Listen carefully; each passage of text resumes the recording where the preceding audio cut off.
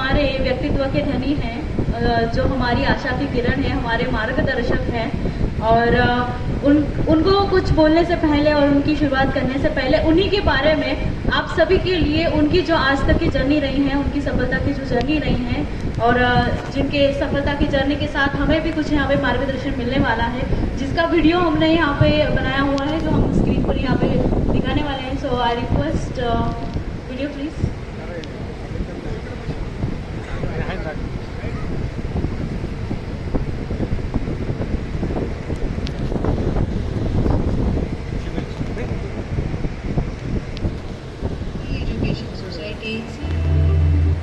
On behalf of Jagdamba Education Society, Mathoshri Education Society, MKD Education Society and Santoshi Mata Bahuuddeshiya Shaikshnik Shikshan Sanstha, we all welcome Dr. Montu Kumar Patel.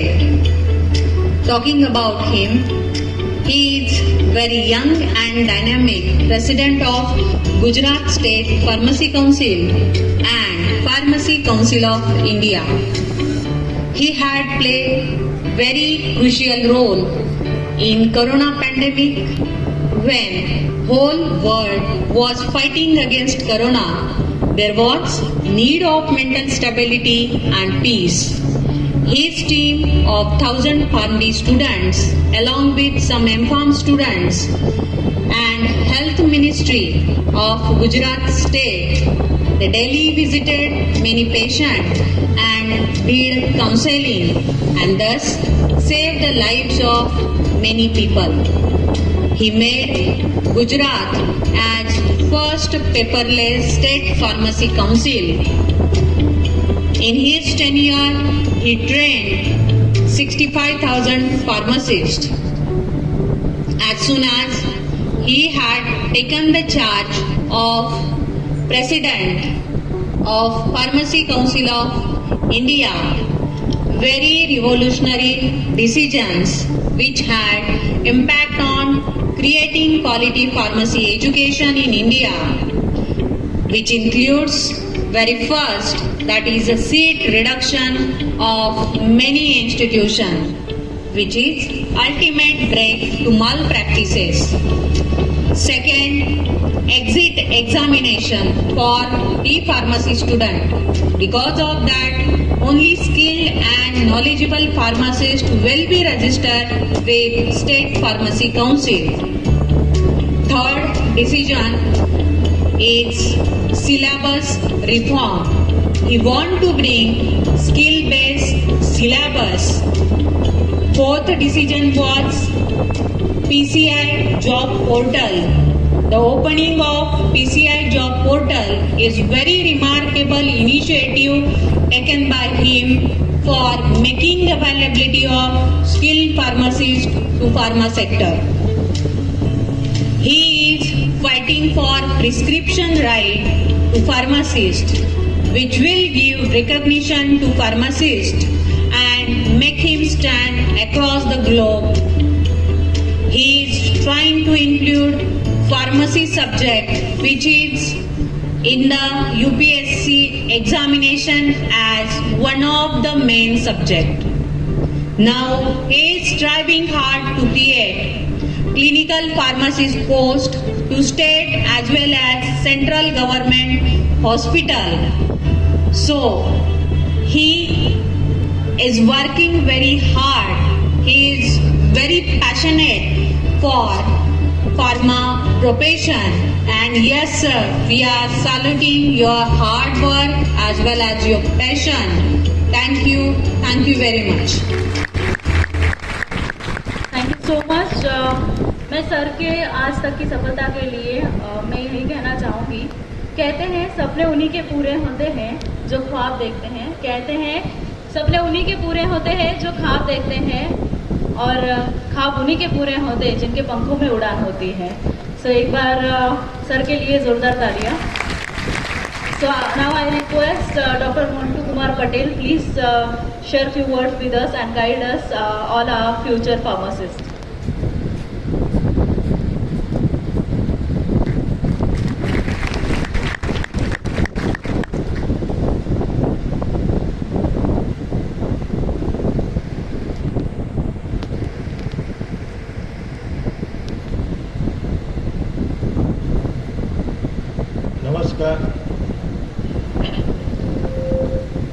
Good afternoon to all. Happy World Pharmacist Day to all dear students and the registered pharmacists. आज world pharmacist day है, उसका कार्यक्रम दराड़े जी के जितने भी education संस्थान है, Jagdamba education society, Matrushri, Santoshi Mata and MKD education society, मतलब पूरा फार्मेसी का एक बहुत ही बड़ा एजुकेशन देने का काम रूरल एरिया में इनकी संस्थाएं कर रही है। और देखने जाए तो सब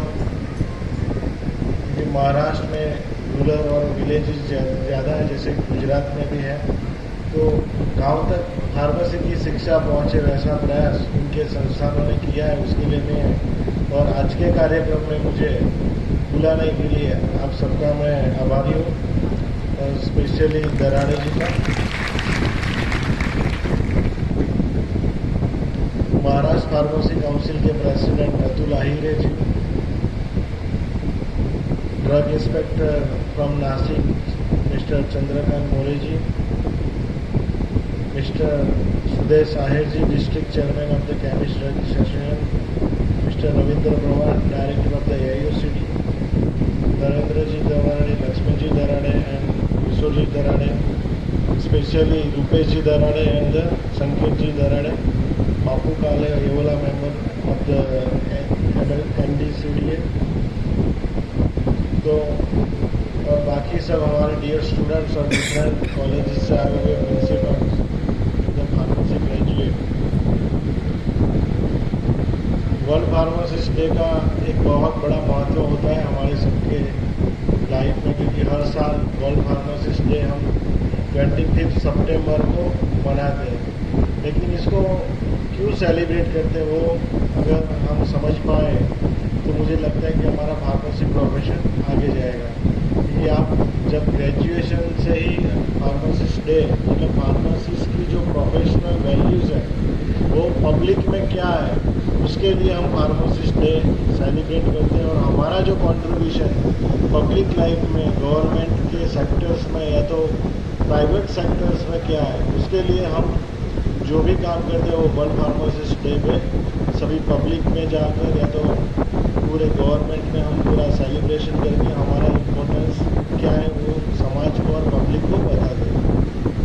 तो आज का भी कार्यक्रम इसी फार्मासिस्ट डे पे हमने रखा है कि नासिक के और पूरे इस क्षेत्र के जितने भी फार्मेसी इंस्टीट्यूशन और फार्मेसी के बच्चे हैं उनको भी फार्मासिस्ट की वैल्यू समझ में आए और आगे जाके क्या करना है, उनके लिए एक भविष्य क्या होने वाला है उसका भी समझ में आपको आए।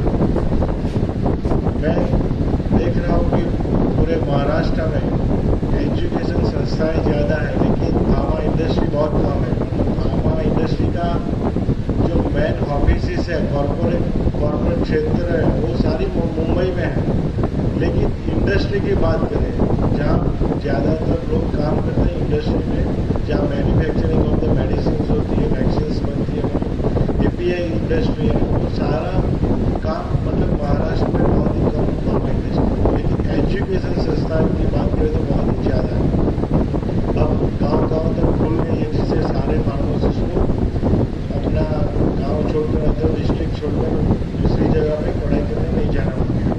लेकिन आज फार्मासिस्ट डे पे मैं जितने भी हमारे गेस्ट आए हुए महाराष्ट्र स्टेट फार्मेसी काउंसिल्स और महाराष्ट्र के एजुकेशन संस्थान के लोग, अगर आप आने वाले समय में फार्मा इंडस्ट्री बढ़ाने के लिए अगर मुंबई में सबको प्रोत्साहन करेंगे, तो हमारे जो नए एंटरप्रेन्योर स्टूडेंट्स हैं जो B फार्मा और M फार्मा करके पास आउट करके, मतलब वो सिर्फ फार्मेसी स्टोर या तो कॉर्पोरेट कंपनियों में कैसे जॉब मिले वही सोचते हैं। उसको अगर आप ट्रेनिंग सेमिनार ऐसे वर्कशॉप के माध्यम के थ्रू उनको एक इंस्पिरेशन देंगे या तो एक रोड मैप देंगे, तो मुझे लगता है कि आने वाले समय में यही हमारे जो यंगस्टर हैं वो फार्मा इंडस्ट्री के ओनर भी होंगे और आने वाले समय में महाराष्ट्र में फार्मा इंडस्ट्री भी ज़्यादा बनेगी। वर्ल्ड फार्मासिस्ट डे का महत्व इसीलिए है क्योंकि सब लोगों को पता रहता है कि अब नेक्स्ट का सेलिब्रेशन भी आएगा, पूरा वीक हम सेलिब्रेट करते हैं। लेकिन मैंने देखा कि ज़्यादातर फार्मासिस्ट जो डॉक्टर्स की एक्टिविटी है वो हम करते हैं। मतलब वर्ल्ड फार्मासिस्ट डे है तो नेशनल फार्मेसी वीक है, तो सब में हम सिर्फ जो डॉक्टर्स की एक्टिविटी है वो हम सब करते हैं, लेकिन जो हमारी ड्यूटी है वो हम नहीं करते। आपको पता है कि बहुत सारे लोग मतलब हमारा जो बेसिक रूल, हमारा बेसिक जो नॉलेज है वो जितने भी दवाइयाँ हैं, जितने भी डिजीज़ है उसमें क्या प्रिकॉशन लेना है या तो क्या आपको उसमें काम करना है, मतलब उसको रेमेडियल मेजर क्या है, मतलब वो डिजीज़ ना हो जैसे कैंसर, डायबिटिक्स, हाइपरटेंशन, बहुत सारी जो बीमारियां हैं, अगर आप सही तरीके से आपका नॉलेज उपयोग करके पेशेंट को या तो पब्लिक को गाइड करोगे तो प्रिवेंशन भी कर सकते हैं। Prevention is better than cure. मतलब क्योर में तो हमारा रोल है ही, लेकिन उसको प्रिवेंशन कैसे करें उसके लिए सबसे बड़ा महत्व हमारा रहता है। तो आज वर्ल्ड फार्मासिस्ट डे और नेशनल फार्मेसी वीक जब भी सेलिब्रेट होगा तो जितने भी डिसीज़ है, क्रिटिकल डिजीज़ है तो कार्डियक, डायबिटिक जैसे डिजीज़ है वो उनके लिए हम अगर पब्लिक में अवेयरनेस फैलाएंगे तो हमारा इम्पोर्टेंस पब्लिक में बढ़ेगा। और जितने भी गांव के लोग हैं, जो रूरल एरिया के लोग हैं, उनको हाइजीन मतलब हेल्थ हाइजीन की बहुत बड़ा एक रोल है। उसके लिए भी अगर हम अवेयरनेस फैलाएंगे तो भी हमारा एक सबसे फार्मासिस्ट का रोल रहेगा। और जो दवाइयाँ और कफ सिरप लोग वैसे ही OTC की तरह हर एक मेडिकल शॉप से या फार्मेसी स्टोर से लेते हैं, उसको कैसे रोका जाए उसके लिए हम अवेयरनेस फैलाएंगे तो भी हमारा एक इम्पोर्टेंट रोल रहेगा। अभी सबसे बड़ा आज देश का चैलेंज यही है कि जो नार्कोटिक ड्रग्स, आपको पता है कि जितनी सारी नार्कोटिक्स हैं, साइकोट्रोपिक ड्रग्स हैं, वो लोग वैसे ही एडिक्टिव्स हो गए। ज़्यादातर हमारे यंगस्टर जो फार्मेसी में भी पढ़ रहे हैं और बाकी एजुकेशन संस्थाओं में आर्ट्स कॉमर्स का भी ग्रेजुएशन ले रहे हैं, वो लोग अपने ग्रेजुएशन के दौरान मतलब जब भी ग्रेजुएशन करते हैं तो PG में पढ़ते हैं, वो लोग ड्रग एडिक्टिव हो जाते हैं। अब सभी लोगों ने देखा ही होगा कहीं ना कहीं, तो उन लोगों को कैसे हमको बचाया हुआ है, क्योंकि ये ड्यूटी हमारी है फार्मासिस्ट की है कि दवाई का मिसयूज ना हो, दवाई का सही तरीके से यूज हो, क्योंकि हमने तो दवाई बनाई है पर लोग उसको एडिक्टिव मतलब नशा करने के लिए उसको उपयोग कर रहे हैं। तो उसका सही मात्रा में उपयोग करेंगे तो दवाई का ही उपयोग करते हैं, और ज़्यादा उपयोग करेंगे तो आपको पता है कि वो एडिक्शन हो जाता है। तो जितने भी एडिक्टिव ड्रग्स हैं उसका भी हमको पब्लिक अवेयरनेस करना चाहिए। और ऐसी एक्टिविटी कहीं पे भी हो रही है तो एज आ फार्मासिस्ट हमको कॉम्पिटेंट अथॉरिटी, चाहे पुलिस हो चाहे हमारे ड्रग डिपार्टमेंट हो, उनको इन्फॉर्मेशन देकर ये सब एक्टिविटी हमको रुकवाना चाहिए। तो यही हमारा बेसिक रोल है, लेकिन ये सब ड्यूटी हम कभी करते नहीं, और मुझे लगता है कि वो काम हमने पुलिस को दे दिया है और ड्रग डिपार्टमेंट को दे दिया है। लेकिन एज आ फार्मासिस्ट अगर ये ड्यूटी हम करेंगे तो हम बहुत सारे यंगस्टर को अपनी लाइफ में इस फार्मेसी प्रोफेशन के थ्रू बचा सकते हैं। अभी फार्मेसी काउंसिल ऑफ इंडिया ने बात करें कि हमें लास्ट मंथ शायद महाराष्ट्र फार्मेसी काउंसिल का नया बिल्डिंग का इनोग्रेशन भी हुआ, तो आप लोगों के बेनिफिट के लिए भी हुआ है, तो उसके लिए पूरे महाराष्ट्र फार्मेसी काउंसिल को मैं धन्यवाद दूंगा, क्योंकि आपके लिए पूरी नई बिल्डिंग का इनोग्रेशन किया और पूरी एक सिस्टम नहीं बनाई जिससे आप लोगों का रजिस्ट्रेशन आसानी से हो। तो वैसे बहुत सारी स्टेट फार्मेसी काउंसिल मतलब फार्मेसी काउंसिल इंडिया के साथ मिलकर अच्छा काम कर रही है। अभी फार्मेसी काउंसिल इंडिया ने आज के फार्मासिस्ट डे के निमित्त में साउथ रीजन में मतलब जो प्रधानमंत्री कौशल विकास योजना है, जिसमें फार्मासिस्ट की स्किल कैसे बढ़ाई जाए उसके लिए LSSTC जो लाइफ सेक्टर स्किल काउंसिल है उसके साथ मिलकर फार्मेसी काउंसिल ऑफ इंडिया ने 4 करोड़ का फंड हमको भारत सरकार ने दिया, और पूरे साउथर्न रीजन के जितने भी काउंसिल्स है स्टेट फार्मेसी काउंसिल, उसमें हमने आज के दिन में स्किल सेंटर की स्थापना की, और पूरे साउथ के जितने भी फार्मासिस्ट है लगभग हमने 26,000 फार्मासिस्ट को ट्रेनिंग मिले, इतना बजट का प्रोविज़न किया है। और आने वाले समय में महाराष्ट्र से लेकर पूरा नॉर्थ जितने भी काउंसिल्स में अभी पेंडिंग है उनके लिए भी हम आने वाले समय में और 20 करोड़ का बजट का प्लानिंग हमने किया है। तो पूरे रजिस्टर्ड फार्मासिस्ट को इस ट्रेनिंग सेंटर का लाभ और बेनिफिट सारे फार्मासिस्ट को अपनी स्किल बढ़ाने के लिए मिलेगा और उसका सर्टिफिकेट भी आपको मिलेगा, जो आपका सर्टिफिकेट जब भी आप ग्रेजुएशन होंगे तो उसको रिन्यूअल करने के लिए आपको आसानी रहेगी। तो वर्ल्ड फार्मासिस्ट डे निमित्त हमने एक पूरा साउथर्न रीजन में डिप्लॉयमेंट किया है।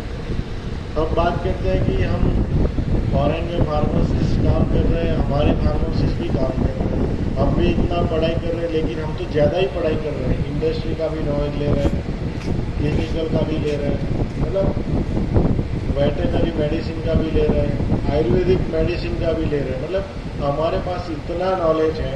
जब भी आप ग्रेजुएशन कंप्लीट करोगे तो आपको लगेगा कि हमने इतने सारे सब्जेक्ट भी पढ़ लिए और इतना सारा नॉलेज होने के बावजूद भी हम हमारी लाइफ में क्या कर रहे हैं। तो उसके लिए आपको मैं बोलना चाहता हूँ कि वर्ल्ड में जितने भी कंट्रीज़ हैं उस सब में फार्मासिस्ट की ड्यूटीज़ क्या रहती है और हमारे इंडिया के फार्मासिस्ट क्या कर रहे हैं, वो पहले हमको सोचना पड़ेगा।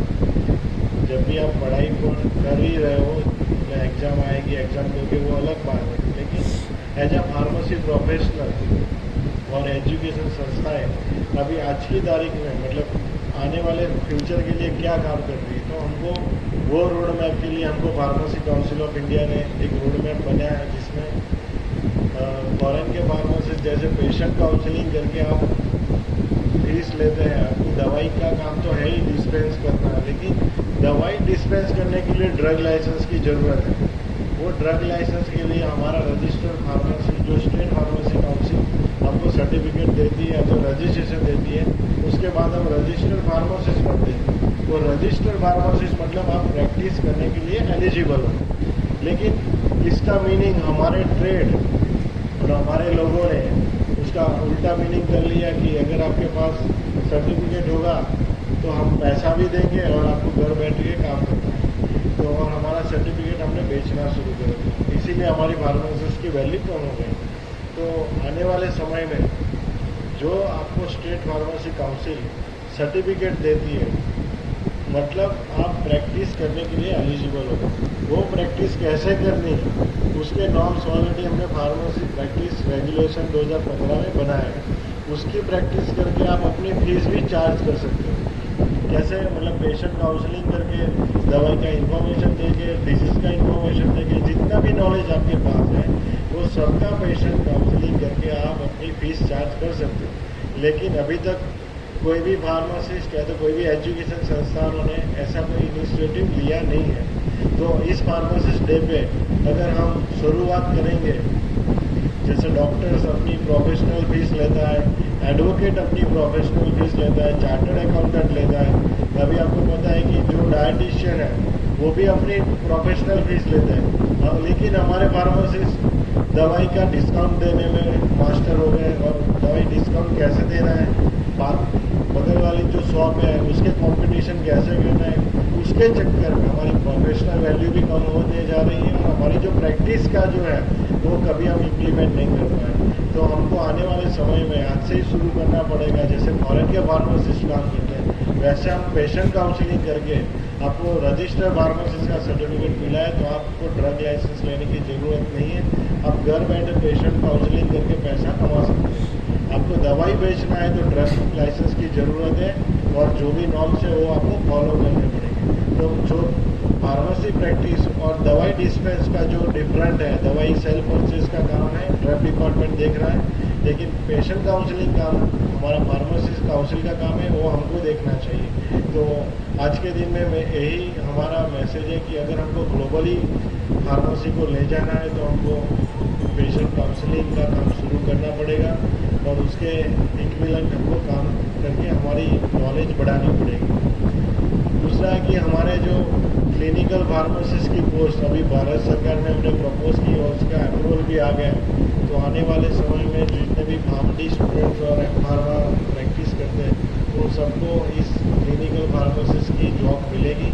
लेकिन ये जॉब का जो ड्यूटी, रोल्स एंड रिस्पॉन्सिबिलिटी क्या है वो मैंने आपको पूरा ही बता दिया कि आने वाले समय में अभी पूरा हेल्थ सेक्टर डिजिटली ट्रांसफॉर्मेशन में जा रहा है। तो जितना भी पेशेंट का मेडिकल रिकॉर्ड्स है, आपको पता है कि आभा कार्ड, हर एक पेशेंट को आभा कार्ड, मतलब आयुष्मान भारत जो योजना हमारे प्राइम मिनिस्टर ने शुरू की है, जिसमें आपको 5 लाख और 10 लाख का जितना भी बेनिफिट मिलने वाला है, उसमें जितना भी मेडिकल्स का रिकॉर्ड्स है वो कहीं ना कहीं भारत सरकार रखने जा रही है।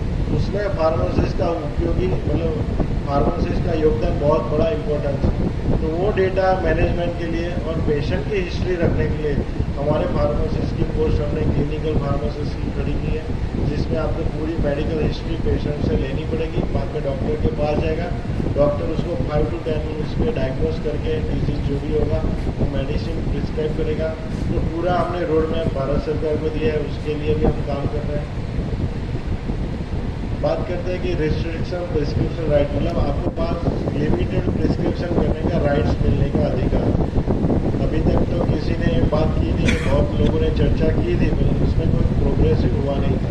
लेकिन इसको हमने एक्टिवली लिया है और अभी एनएमसी के साथ जो इश्यू है वो पेंडिंग है और हमने उसके भी ड्राफ्ट गाइडलाइन बना दी है। क्योंकि अगर हमारे फार्मासिस्ट को फॉरेन के समकक्ष बनाना है, क्योंकि बहुत सारी कंट्री में जो प्राइमरी मेडिसिन है, जो बेसिक ट्रीटमेंट में यूज़ होती है, वैसे अभी हमारे फार्मेसी स्टोर पे या तो गवर्नमेंट फार्मेसी जो जॉब कर रहे हैं उनको भी वो दवाई दे ही रहे हैं, लेकिन उसको लीगलाइज करने के लिए पॉलिसी बनाना जरूरी है।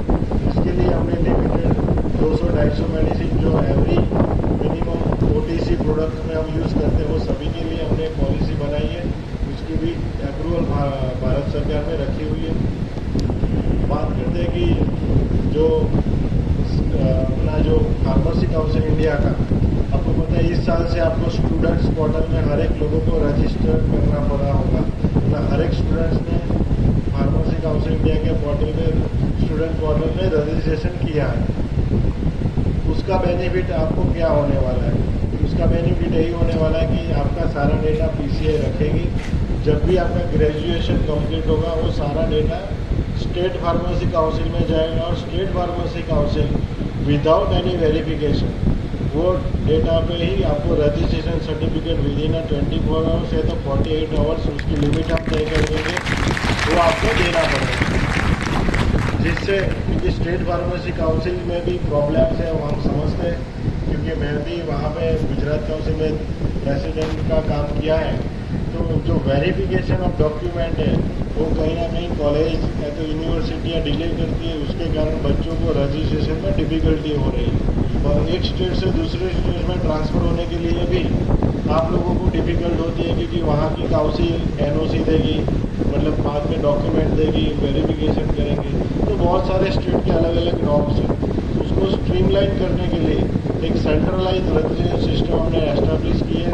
उसमें आपको सारा डॉक्यूमेंट उसमें ऑनलाइन अपलोड करोगे और जो भी स्टेट फार्मेसी काउंसिल में आपको रजिस्ट्रेशन करवाना है वो भी स्टेट काउंसिल में पे करनी है ऑनलाइन, और सारा डॉक्यूमेंट वहाँ जाएगा और वहाँ का रजिस्ट्रेशन प्रॉपर वेरिफिकेशन करके आपको रजिस्ट्रेशन देंगे और रिन्यूअल भी ऑनलाइन हो जाएगा।